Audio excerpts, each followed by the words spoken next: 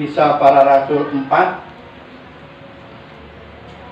ayat 23 sampai dengan yang ke-31, perikopnya doa jemaat. Sudah ketemu semua? Amin, puji Tuhan. Mari kita baca bersama-sama ayat yang ganjil bapak-bapak atau kaum pria yang baca, ayat yang genap ibu-ibu yang membaca, nanti ayat yang ke-31, ayat nasnya kita akan baca bersama-sama.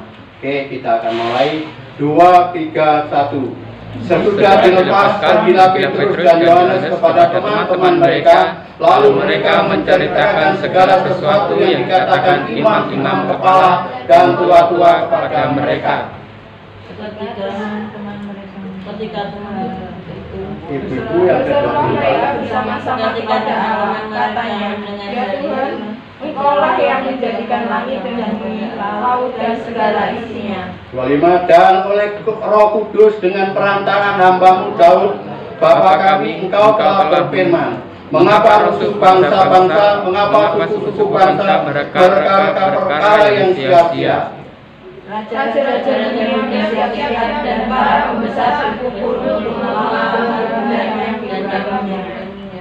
Sebab sesungguhnya telah berkumpul di dalam kota ini Herodes dan Pontius Pilatus beserta bangsa-bangsa dan suku-suku bangsa Israel melawan Yesus, hamba-Mu yang kudus yang Engkau urapi.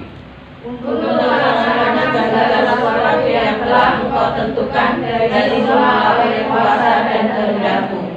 Dan sekarang ya Tuhan, lihatlah bagaimana mereka mengancam kami, dan berikanlah kepada hamba-Mu keberanian untuk memberitakan firman-Mu. Ulurkanlah tangan-Mu untuk menyembuhkan orang yang ada tempatnya dan dari mujizat-mujizat nama Yesus, Hamba-Mu yang kudus. Mari kita baca bersama-sama. Dan ketika mereka sedang berdoa, goyanglah tempat mereka berkumpul, dan mereka semua penuh dengan Roh Kudus. Lalu mereka memberitakan firman Allah dengan berani. Amin. Puji Tuhan. Kita ulang ayat nas kita, ayat yang ke-31. Dan ketika mereka sedang berdoa, goyanglah tempat mereka berkumpul itu, dan mereka semua penuh dengan Roh Kudus. Lalu mereka memberitakan firman Allah dengan berani. Amin. Luar biasa Bapak Ibu Saudara.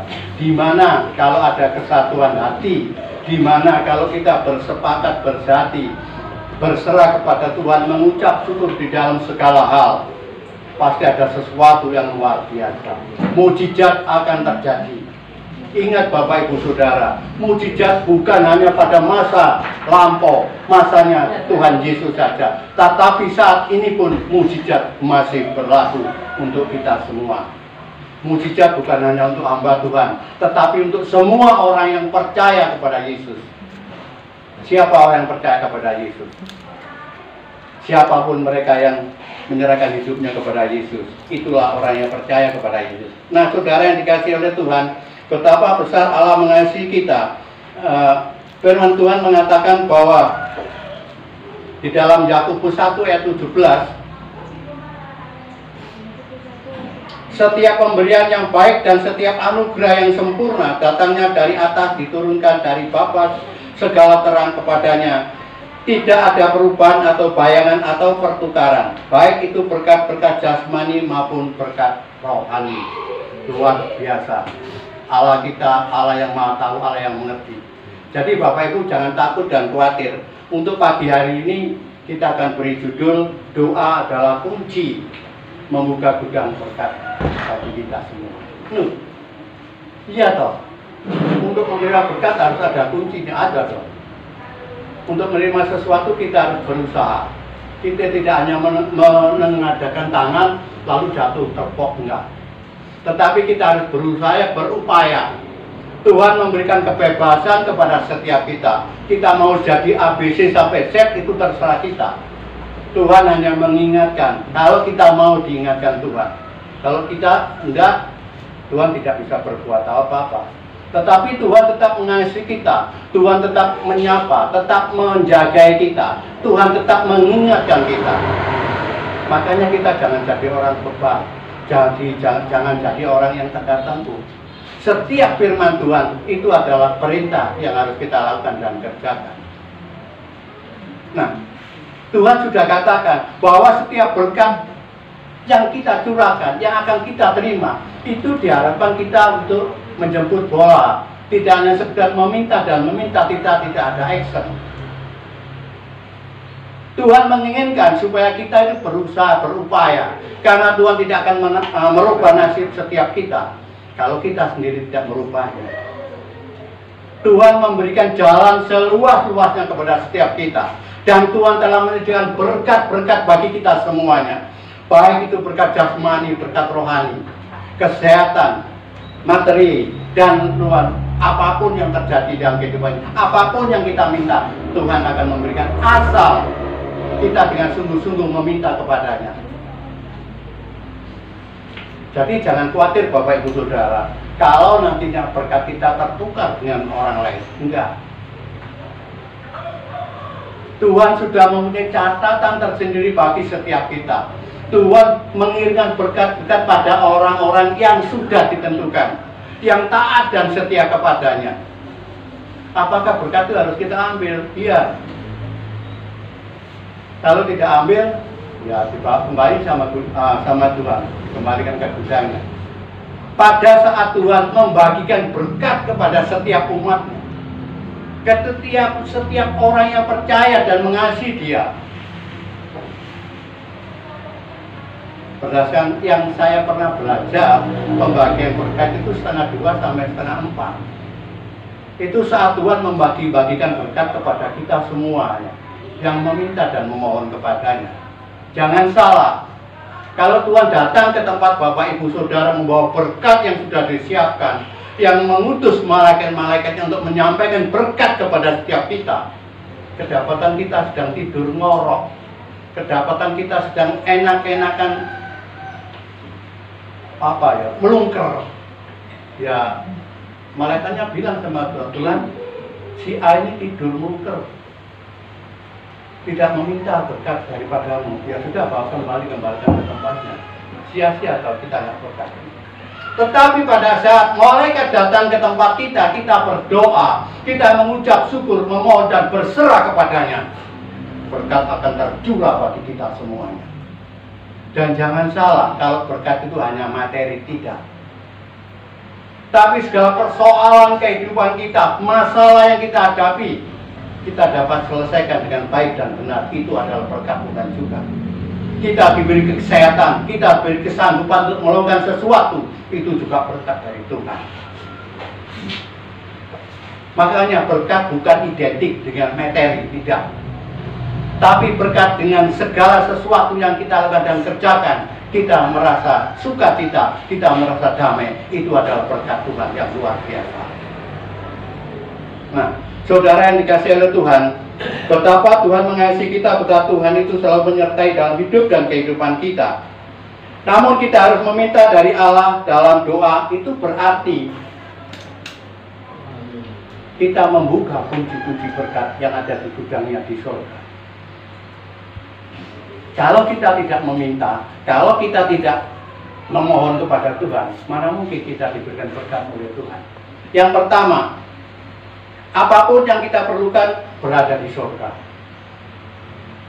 Baik itu pertolongan, masalah sakit, penyakit, baik itu berkat-berkat secara jasmani, baik itu segala masalah dan permasalahan yang kita hadapi, semuanya disimpan di surga oleh Tuhan. Dan itu tidak akan dibiarkan begitu saja sampai menjadi bauan, enggak.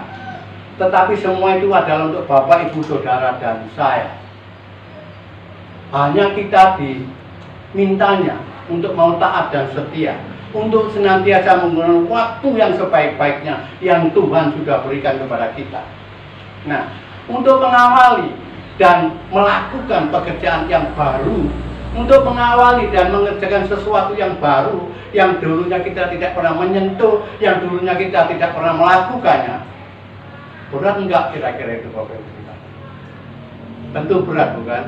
Apalagi dalam mengawali kita berdoa, kita bertekun. Ingat, karena kunci berkat adalah doa. maka sewajarnya lah kalau kita selalu bertekun di dalam doa, di dalam segala hal. Karena firman Tuhan mengatakan itulah yang dikehendaki oleh Tuhan.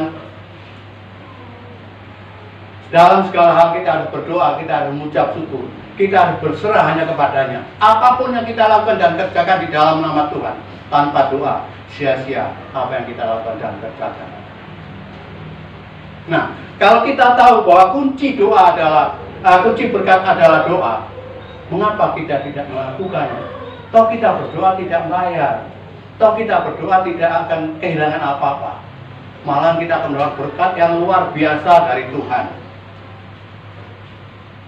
Karena segala sesuatunya disimpan di surga untuk kita, dan jangan khawatir itu tidak akan tertukar dengan orang lain. Karena setiap kita sudah dimeteraikan oleh Tuhan untuk menerima apa yang dan hak kita yang perlu kita terima. Bukan berarti setiap doa, setiap permintaan Tuhan selalu memberikan kepada kita. Nanti dulu. Ada 3 hal yang perlu kita ketahui, yang kita perlu mengerti dalam kehidupan ini, di dalam dunia berdoa, di dalam kita bertekun, di dalam mengucap syukur dan berserah kepada Tuhan. Yang pertama, doa yang langsung dikabulkan oleh Tuhan. Artinya apa? Setiap permintaan kita, setiap permohonan yang kita minta sesuai dengan kehendak Tuhan, Tuhan pasti langsung memberikan kepada setiap kita. Tetapi ada juga yang kedua, doa yang ditunda, yang nanti dulu, yang tidak langsung dijawab oleh Tuhan. Tuhan hanya ingin tahu apakah Bapak, Ibu, Saudara, dan saya tekun dan taat setia kepadanya, sehingga permintaan kita tidak langsung diberikan oleh Tuhan. Tetapi tunggu dulu, menunggu ketekunan kita, ketaatan kita kepada Tuhan. So pasti nanti Tuhan akan memberikan dan memberkati kita yang luar biasa.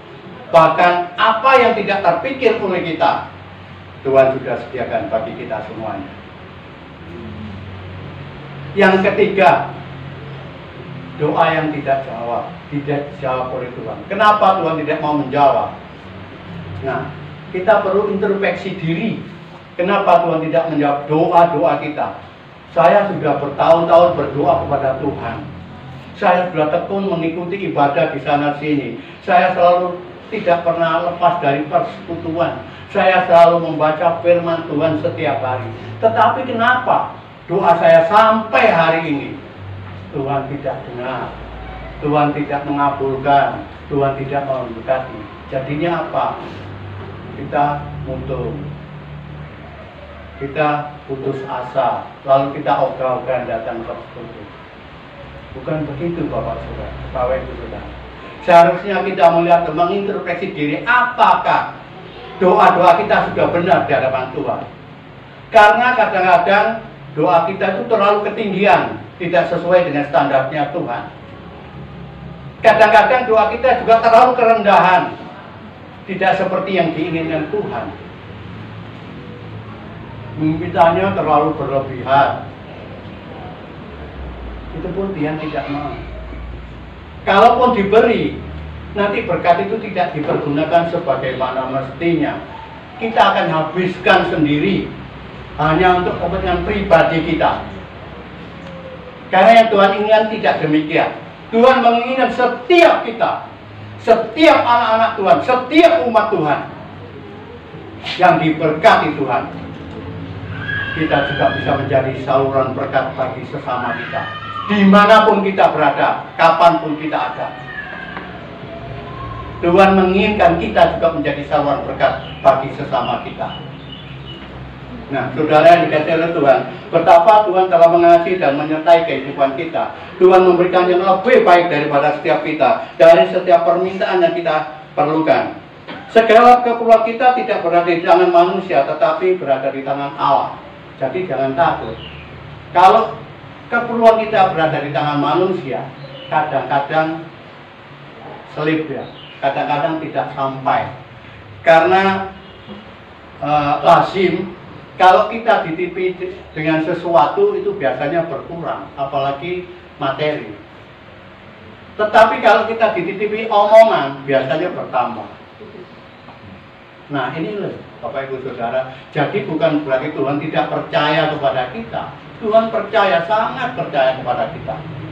Karena itu kita diberi keleluasaan oleh Tuhan, diberi kebebasan oleh Tuhan, memilih surga atau memilih neraka, itu suka-suka kita. Tuhan sudah memberikan jalan kepada setiap kita.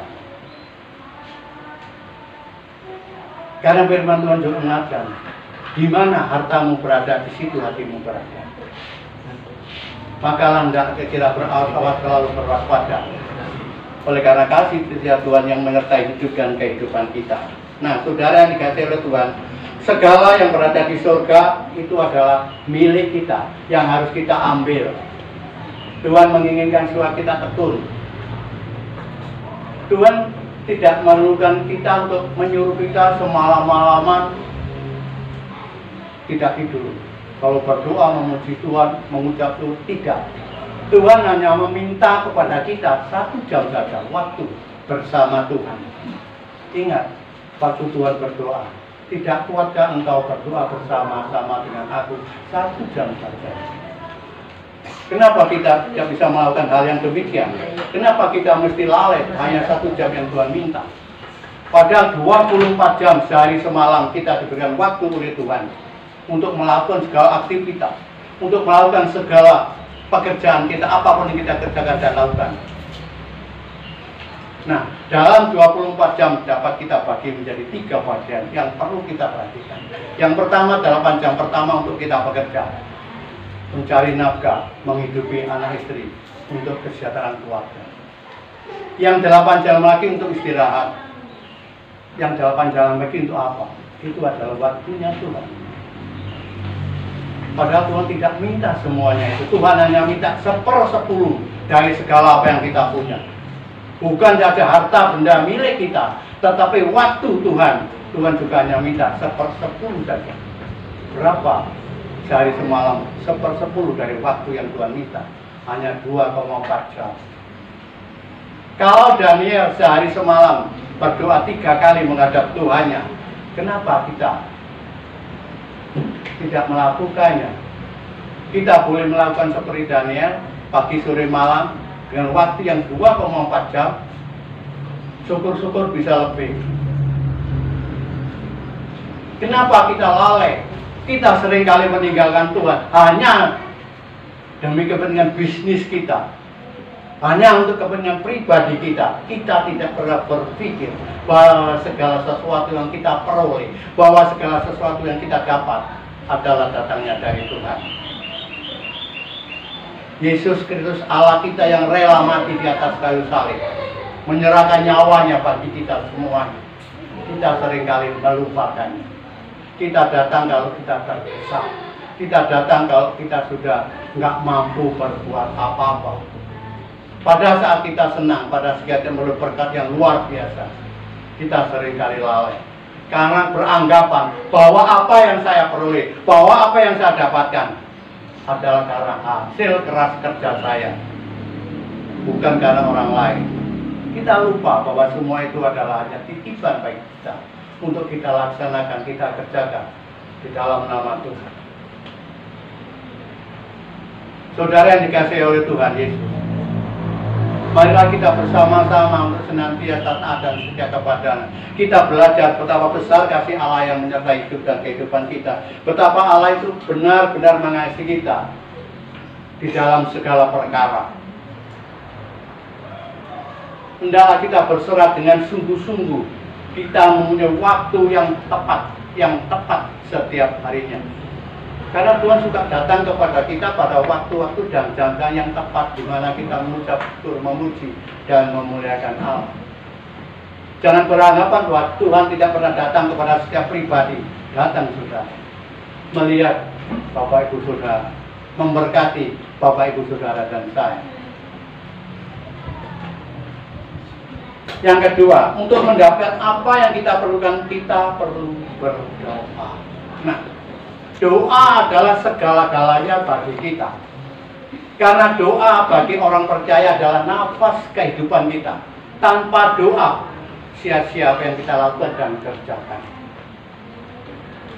Di dalam firman Tuhan juga sudah dicontohkan bagi hamba-hamba Tuhan, bagi orang-orang kudus yang diurapi oleh Tuhan. Bagaimana kita berdoa, bagaimana kekuatan doa. Contohnya, zamannya Daniel. Daniel ada yang diangkat oleh Raja Darius untuk menjadi pejabat tinggi negara itu. Tetapi karena semuanya merasa iri kepada Daniel, maka dia mencari celah-celah di mana kelemahan Daniel. Maka dibuatlah aturan, semuanya harus menyembah kepada Raja Darius. Tetapi karena iman percaya Daniel kepada Bapa di surga, kepada Allah kita yang menciptakan langit dan bumi dan segala isinya, dia tidak akan pernah meninggalkan Allah. Dia selalu taat dan setia. 3 kali sehari dia mengucap syukur, dia berdoa dan berserah kepada diri. Sekalipun dia dimasukkan ke dalam gua singa, tetapi singa tidak mengantuk dari mulut. Karena bukan karena doa Daniel yang hebat, bukan karena Daniel yang taat dan setia, tetapi oleh karena kasih karunia Tuhan yang Tuhan curahkan kepada Daniel. Kita pun bisa mengalami hal yang demikian. Sekalipun hidup kita susah, sekalipun keadaan kita sudah nggak ada apa-apa, tetapi kalau kita mau berserah kepada Tuhan, kita mau menyerahkan seluruh kehidupan dan masalah kita, Tuhan akan selesaikan semuanya. Hanya kita diminta yakin dan percaya dan berserah dengan sepenuh hati. Karena ingat, doa yang benar adalah besar kuasanya. Karena kuncinya adalah doa. Kita wajib sebagai orang percaya, kita jangan menjauh dari doa. Kehidupan kita adalah kehidupan yang berdoa. Di mana ada doa, di situ ada mukjizat. Di mana ada doa, Tuhan ada di situ. Nah,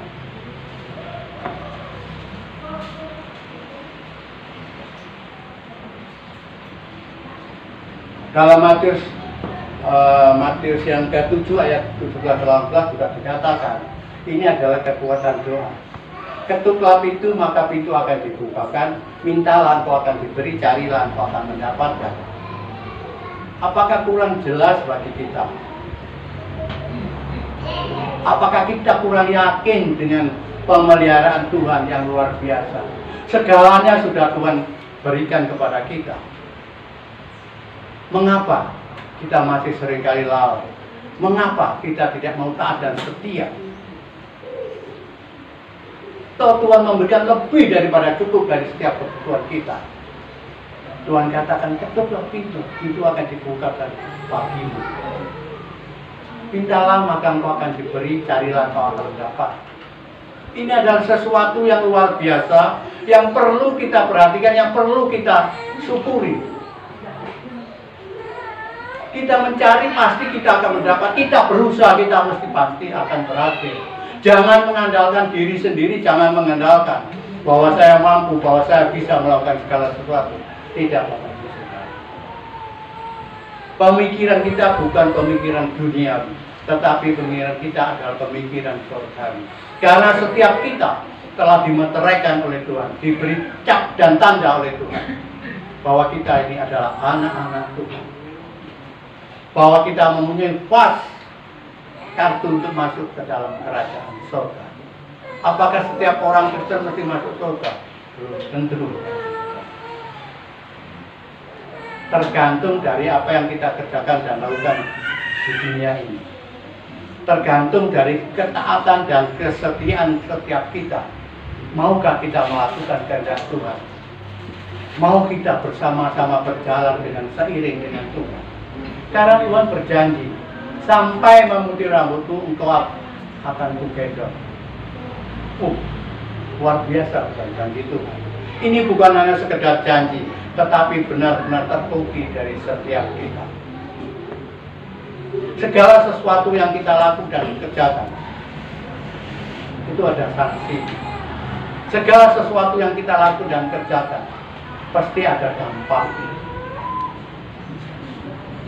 Saudara yang dikasihi oleh Tuhan Yesus, marilah kita mulai saat ini kita belajar taat dan setia. Untuk memulai pekerjaan sesuatu yang baru itu memang sulit. Apalagi di dalam kita untuk taat dan setia di dalam doa. Sulit sekali, sulit. Berat dan berat. Itu kalau kita buat berat dan kita buat sulit. Kalau kita mau rajin, kita mau belajar mengubah hidup kita, mengubah tata cara kita mau belajar bersama-sama, mari kita lakukan sedikit. Mengubah kebiasaan itu sangat sulit. Dari kebiasaan yang malas-malasan menjadi kebiasaan rajin. Kalau kita berhasil, luar biasa. Kasih Tuhan menyertai setiap kita. Tuhan tidak pernah lalai pada kita. Tuhan selalu memberikan yang terbaik bagi setiap kita. Karena Tuhan mengasihi kita semuanya. Hidupku bukanlah aku lagi, tetapi hidupku untuk kemuliaan nama Bapa di surga. Nah, ada satu ilustrasi yang demikian. Kita tahu bahwa ada binatang babi. Babi itu bergunanya kalau sudah mati. Kalau masih hidup, tidak ada gunanya, hanya makan, minum saja. Tapi kalau sudah mati, baru dagingnya bisa dimakan. Beda dengan sapi, kuda, dan lain-lainnya yang sebangsa mereka. Sekalipun mereka hidup, mereka juga ada gunanya. Sapi untuk membajak, untuk menarik pedati, dan lain sebagainya. Kuda demikian. Mati pun mereka masih berguna. Dagingnya bisa dipakai. Itu gimana? Nah, jangan kita menjadi seperti babi, berguna kalau sudah mati. Itu pun kalau berguna, kalau enggak, percuma, sia-sia hidup kita. Karena kita ini adalah orang yang dikasihi Tuhan, orang yang dipilih oleh Tuhan, umat pilihan Allah. Sekalipun awal mulanya seperti kemarin, bahwa kita terbuat dari seonggok tanah yang tidak berguna. Tetapi Tuhan mau menjadikan kita berguna. Tuhan mau meletakkan kita di etalasenya Tuhan, menjadi sesuatu yang berharga. Tentu mengalami proses yang luar biasa. Begitupun di dalam kehidupan kita, di dalam cara kita memulai hidup yang baru, di dalam kita mulai taat dan setia kepada Tuhan. Memulai sesuatu yang baru tentu harus diproses, mengalami proses. Setiap proses itu tidak enak. Saya masih ingat sampai saat ini, pada waktu itu almarhum Bapak Ismono pernah mengatakan bahwa mengajar kepada saya. Dulu beliaunya sering ke Pasuruan untuk memberikan pengajaran PA. Nah, dia mengatakan bahwa di proses itu tidak enak, proses itu sakit. Seperti ayam. Ayam itu disembelih setelah mati apa sudah selesai, begitu tidak. Ternyata ayam itu masih dituntaskan darahnya sampai tuntas sampai habis. Begitu dalam kehidupan setiap kita orang percaya. Pada saat kita tenggelamkan di kolam baptisan, dosa kita akan dihapus semuanya. Kita keluar menjadi yang baru. Apakah sudah disembelih, darahnya sudah habis, kita selesai? Belum, Bapak Ibu. Masih ada proses selanjutnya. Kita dimasukin ke dalam air yang panas, yang mendidih, bulu-bulunya dicabut, sehingga tidak tersisa satu pun bulu yang menempel di dalam tubuh. Kita pun sudah keluar dari kolam baptisan, bukan berarti sudah bersih, belum. Kita masih diproses oleh Tuhan, dijadikan kita mengkilap putih bagaikan bulu domba, dijadikan kita lebih baik dari sebelumnya kita percaya dan berserah diri kepada Tuhan. Apakah kalau sudah bulu-bulu ayam dibersihkan lalu selesai? Belum. Masih dipotong-potong kecil-kecil sesuai dengan kehendak yang mempunyai. Demikian pula kehidupan kita, Bapak Ibu Saudara. Tuhan menyediakan tempat-tempat dan waktu-waktu tertentu yang baik bagi kita untuk kita lakukan, untuk kita menjadi lebih baik dari sebelumnya. Nah, inilah yang perlu kita sikapi dan kita renungkan siang dan malam. Karena firman Tuhan dari dulu sampai sekarang tidak pernah berubah. Hanya kitanya saja yang berubah. Syukur kalau kita berubah menjadi lebih baik. Syukur kalau kita berubah menjadi lebih percaya, lebih berserah diri kepada Tuhan. Itu hal yang luar biasa. Tetapi kalau kita berubah menjadi tidak lebih baik, ini yang mengecewakan. Nah, kasih setia Tuhan menyertai hidup dan kehidupan kita. Betapa besar kuasanya. Tuhan telah memberikan contoh-contoh pada setiap kita. Tuhan telah membimbing kita. Tuhan telah menyediakan kita apa yang kita perlu. Saudara yang dikasihi oleh Tuhan Yesus, marilah kita mulai hari ini kita belajar bersama-sama. Kita menyerahkan hidup kita hanya kepada Tuhan. Jangan sampai kita terjangkit penyakit bakmi. Bapak Ibu pernah menderita penyakit bakmi? Pernah. Pernah kena penyakit bakmi? Pasti pernah. Bakmi bukan bakmi yang kita makan, enggak. Yang pertama, bakminya itu bosan. Kita seringkali bosanan, itu lumrah kita manusia. Kita masih kedagingan. Bosan, aras-arasan, isinan. Itulah yang harus kita hindari, supaya kita berikan ketaatan kepada Tuhan. Nah, terima kasih Bapak Ibu Saudara yang dikasihi oleh Tuhan. Tuhan telah memberikan kita kasih karunia dan damai sejahtera bagi setiap kita, untuk kita renungkan, untuk kita lakukan dan kerjakan bagi kehidupan kita semuanya. Yang terakhir, pesan Tuhan ialah hendaklah kita senantiasa mempergunakan waktu yang Tuhan berikan kepada setiap kita, supaya hidup kita berkenan di hadapannya, supaya kita benar-benar ada di dalam genggaman Tuhan. Jangan sampai kita lalai akan pesan Tuhan. Jangan sampai kita lalai akan kehendak Tuhan. Tuhan hanya meminta waktu 1 jam. Tuhan hanya meminta 1/10 dari setiap apa yang kita punya. Apapun yang kita ada, itu wajib kita kembalikan kepada Tuhan. Memang untuk memulai hal yang baru itu sangat sulit. Tetapi percayalah, kalau kita dengan sungguh-sungguh berserah kepada Tuhan dan meminta kepadanya, itu pasti Tuhan buka jalan bagi kita semua. Amin. Mari Bapak Ibu Saudara, pemain musik mundur.